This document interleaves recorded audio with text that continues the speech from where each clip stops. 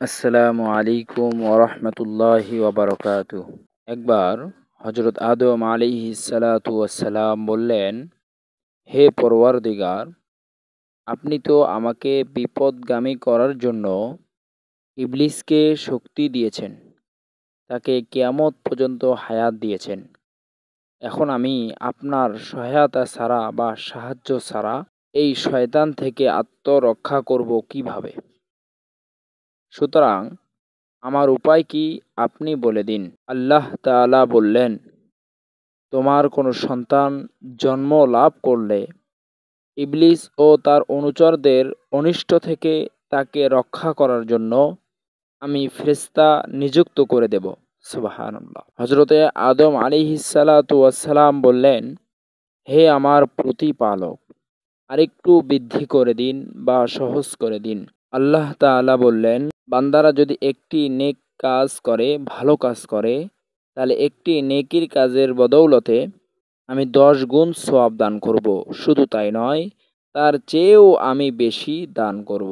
সুবহানাল্লাহ।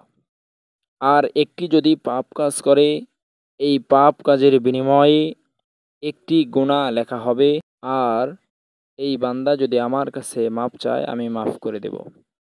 আদম আলাইহিস সালাতু ওয়াসসালাম বললেন, হে পরওয়ারদিগার, আরেকটু বৃদ্ধি করে দিন বা সহজ করে দিন আমার সন্তানের জন্য। আল্লাহ তাআলা বললেন, শরীরে প্রাণ থাকা পর্যন্ত কোনো ব্যক্তি বা কোনো সন্তান যদি তওবা করে, তাহলে আমি তাকে মাফ করে দেব।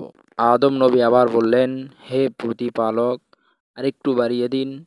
আল্লাহ তাআলা বললেন, কুল ইয়া ইবাদিয়াল্লাযীনা আসরাফু আলাইয়া আনফুসিহিম লা তাকনাতু মির রাহমাতিল্লাহ ইন্নাল্লাহা ইয়াগফিরুয যুনুবা জামিআ ইন্নাহু হুয়াল গফুরুর রহিম। হে আদম, হে নবী, আপনি বলে দিন, হে আমার বান্দারা, যারা নিজেদের উপর জুলুম করেছ, তারা আল্লাহর রহমত থেকে নিরাশ হইও না। নিশ্চয়ই আল্লাহ সকল গুনাহ মাফ করে দিবেন এবং নিশ্চয়ই তিনি ক্ষমাশীল দয়ালু। সুবহানাল্লাহ।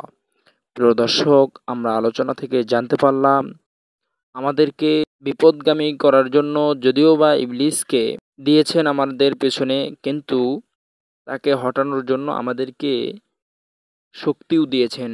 যেমন আমাদের সাথে ফেরেশতা দিয়েছেন। আমরা একটি ভালো কাজ করলে 10টি সওয়াব পাবো। আবার একটি খারাপ কাজ করলে মাত্র একটি গুনাহ লেখা হবে। তাও আবার যদি আমি মাপ চাই, ক্ষমা চাই, আমাকে ক্ষমা করে দেওয়া হবে। এবং মৃত্যু পর্যন্ত আমি যদি তওবা করার সুযোগ পাই বা তওবা করি কখনো, তাহলে আমি পাহাড় সমপরিমাণ গুনাহ করলেও আমি সওয়াব পাবো। এরপরেও আল্লাহ তাআলা বলেন যে, বান্দা, তুমি যত কিছুই করো না কেন, তুমি আমার রহমত থেকে নৈরাশ হইও না।